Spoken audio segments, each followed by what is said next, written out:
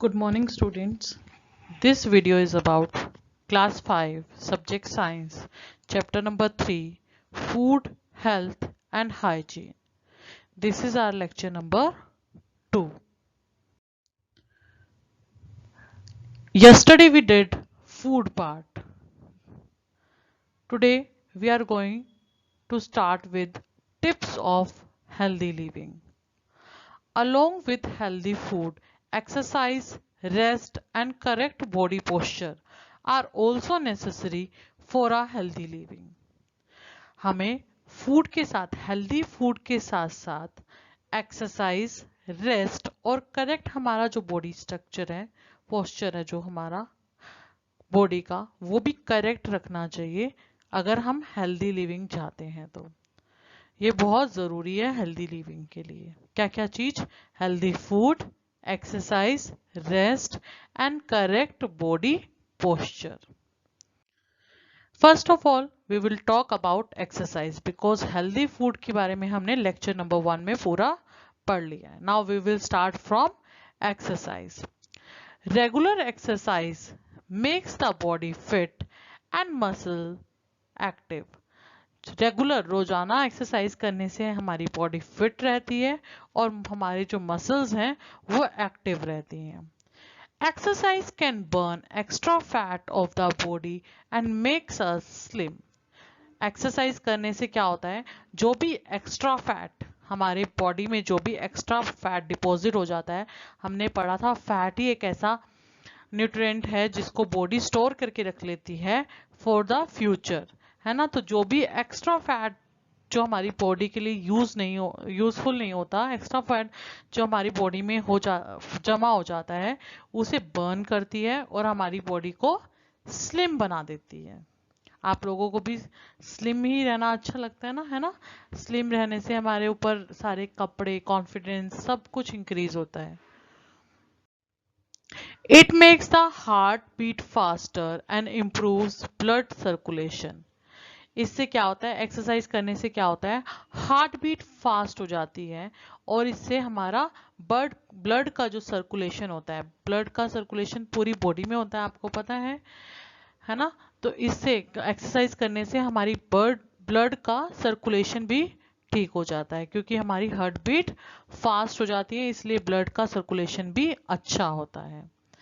We sweat a lot during exercise which makes the body cool and clean.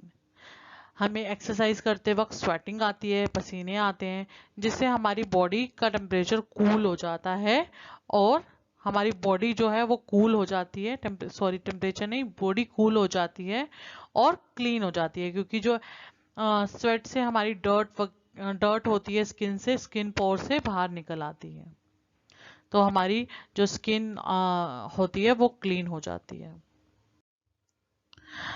You have to do exercise every day for 30 minutes।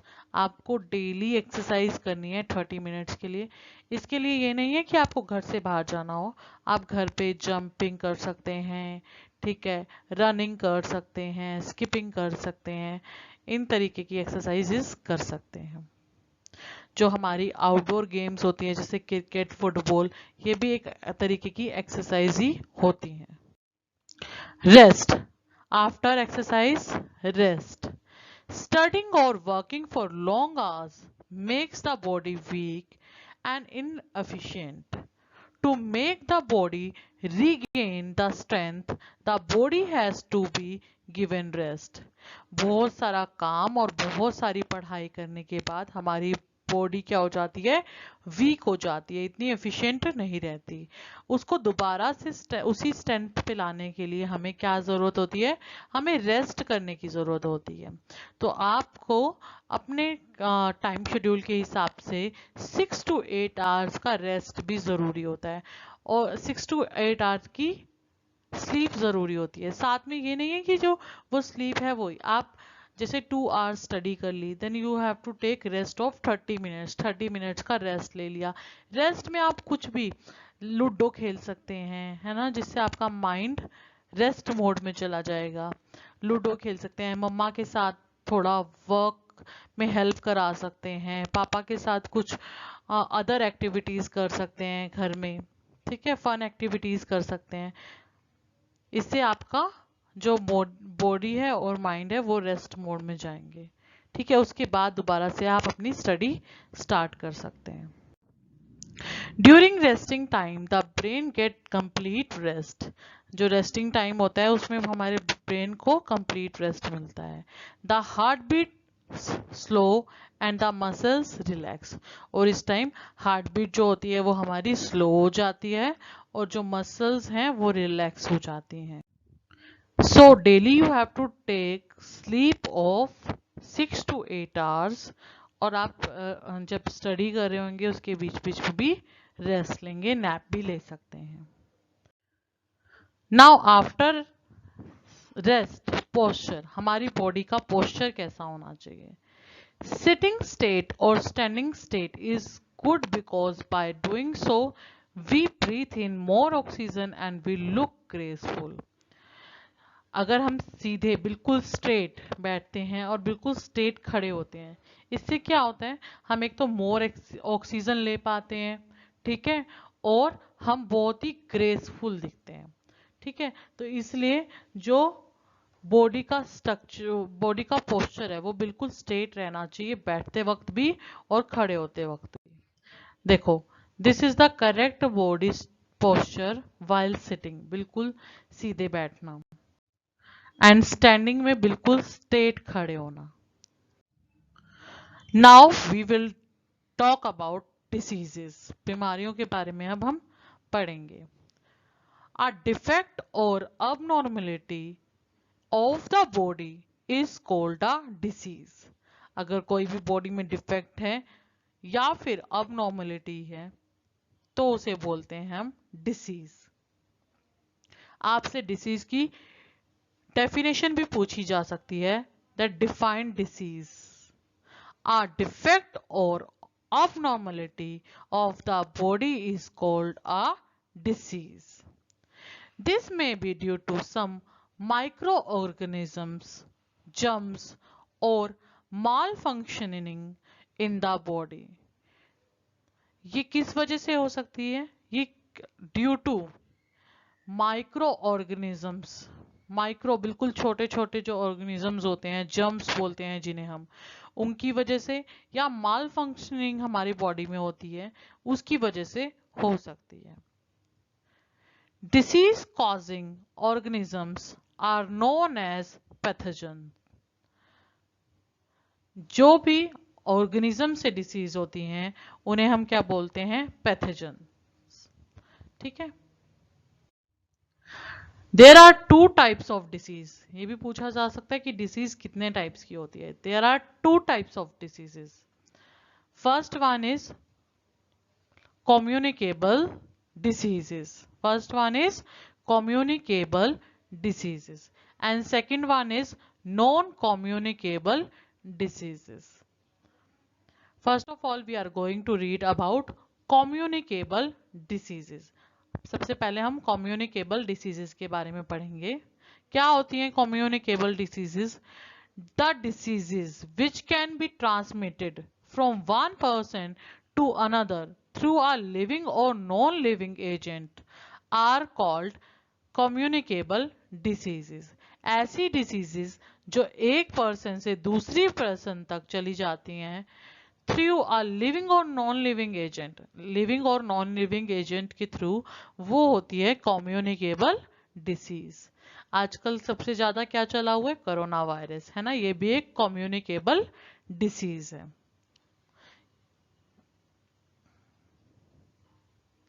तो what is the definition of communicable disease?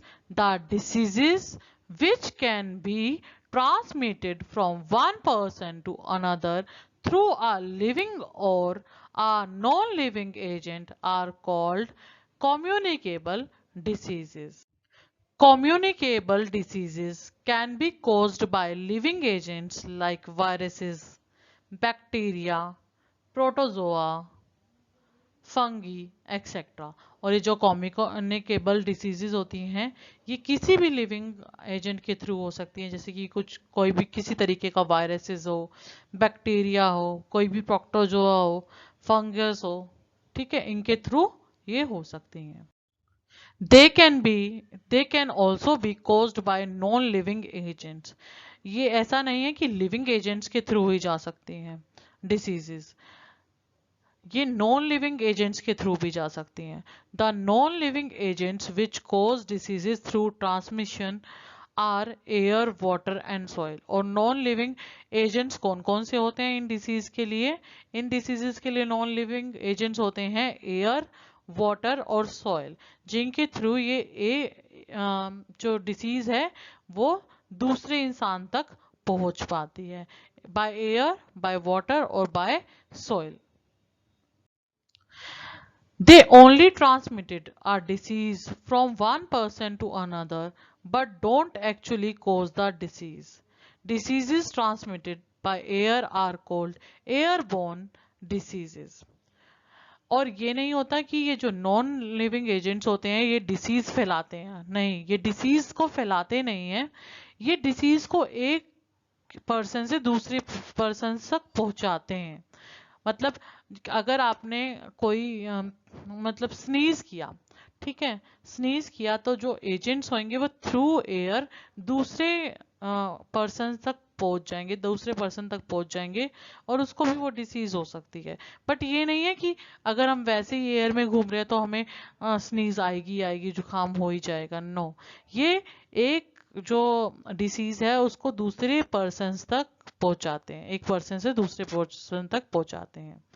Diseases transmitted by air are called airborne diseases. और जो air के through diseases एक person से दूसरे person तक पहुंचती है उसको बोलते हैं airborne diseases. For example common cold, TB, measles etcetera. ये जो कॉमन कोल्ड, टीबी और मीजल्स हैं ये किसके थ्रू फैल सकते हैं? एयर के थ्रू। वाटरबोर्न डिसीजेस, अब जो थ्रू वाटर के थ्रू डिसीजेस फैलती हैं वो हैं typhoid, cholera, jaundice etcetera. Diseases cause through direct contact are AIDS, hepatitis B etcetera. और जो डिसीजेस डायरेक्ट कॉन्टेक्ट से, उस इंसान से मिलने से हो सकती हैं वो हैं एड्स, हेपेटाइटिस बी एक्सेट्रा। ठीक है, जैसे आजकल कोरोना वायरस भी है वो डायरेक्ट कॉन्टेक्ट से, मतलब अगर आपके हैंड्स पे वो वायरस आ गया या आप उस नियर बाय हो उसके पर्सन के जो कोरोना वायरस पॉजिटिव है वो स्नीज कर देता है, तो इस तरीके से वो फैलते हैं। Living organisms which transmit the diseases are called vectors और कैरियर्स। जो लिविंग ऑर्गेनिजम्स हैं जो डिसीजेस को फैलाते हैं उनको क्या बोलते हैं? वेक्टर्स और कैरियर्स बोलते हैं। फॉर एग्जाम्पल के लिए mosquito is the vector for malaria. Mosquito जो है वो एक वेक्टर है मलेरिया के लिए, डेंगू के लिए, एल्फेंटाइसिस के लिए एंड जापानीज एनकाफ्लाइटिस के लिए। ये क्या है? कैरियर है या वेक्टर है, कुछ भी बोल सकते हैं आप। कौन? मॉस्किटो। ये इन सब बीमारियों को फैलाता है। अमेजिंग फैक्ट्स, अब कुछ अमेजिंग फैक्ट्स के बारे में पढ़ेंगे। There are millions viruses per millilitre of sea water. Sea water में बहुत सारे मिलियंस ऑफ वायरसेस हैं पर मिलीलीटर वाटर में। पर मिलीलीटर वाटर में भी कितने मिलियंस ऑफ वायरसेस हैं। The name virus was coined from Latin word meaning slimy, liquid और पॉइजन। जो वायरस है वो लैटिन वर्ड से लिया गया है जिसका मीनिंग है स्लिमी, लिक्विड और poison. The biggest known virus is mimivirus which is 0.0004 millimeter in diameter, and the smallest known virus is porcine circovirus which is 17 millimeter in diameter. ये थे हमारे amazing facts. Now Diseases caused by microorganisms. Diseases caused by viruses, AIDS, rabies, mumps, measles, common cold, chicken pox, hepatitis. जो diseases किसके through होती हैं? Micro organisms के through होती हैं। ये सारी डिसीजेस के नाम है जो वायरस के थ्रू होती हैं। ठीक है, जो वायरसेस के थ्रू होती हैं। कौन कौन सी? AIDS, rabies, mumps, measles, common cold, chicken pox, hepatitis. Diseases caused by bacteria, जो बैक्टीरिया के थ्रू डिसीजेस होती हैं। Typhoid, TB, tetanus, cholera, diphtheria, leprosy. ये सारी डिसीजेस बैक्टीरिया के थ्रू होती हैं। Diseases caused by fungi. Diseases caused by fungi, skin infection. Fungi से क्या हो जाता है? स्किन का इन्फेक्शन हो जाता है, कोई रेडनेस या दाने निकलना, इस टाइप से। Diseases caused by protozoas. Diseases caused by protozoas are malaria, sleeping sickness. Prevention of communicable diseases. Communicable diseases से हम कैसे प्रिवेंशन कर सकते हैं, बच कैसे सकते हैं? All the communicable diseases can be avoided by keeping our surroundings clean and by maintaining good hygiene.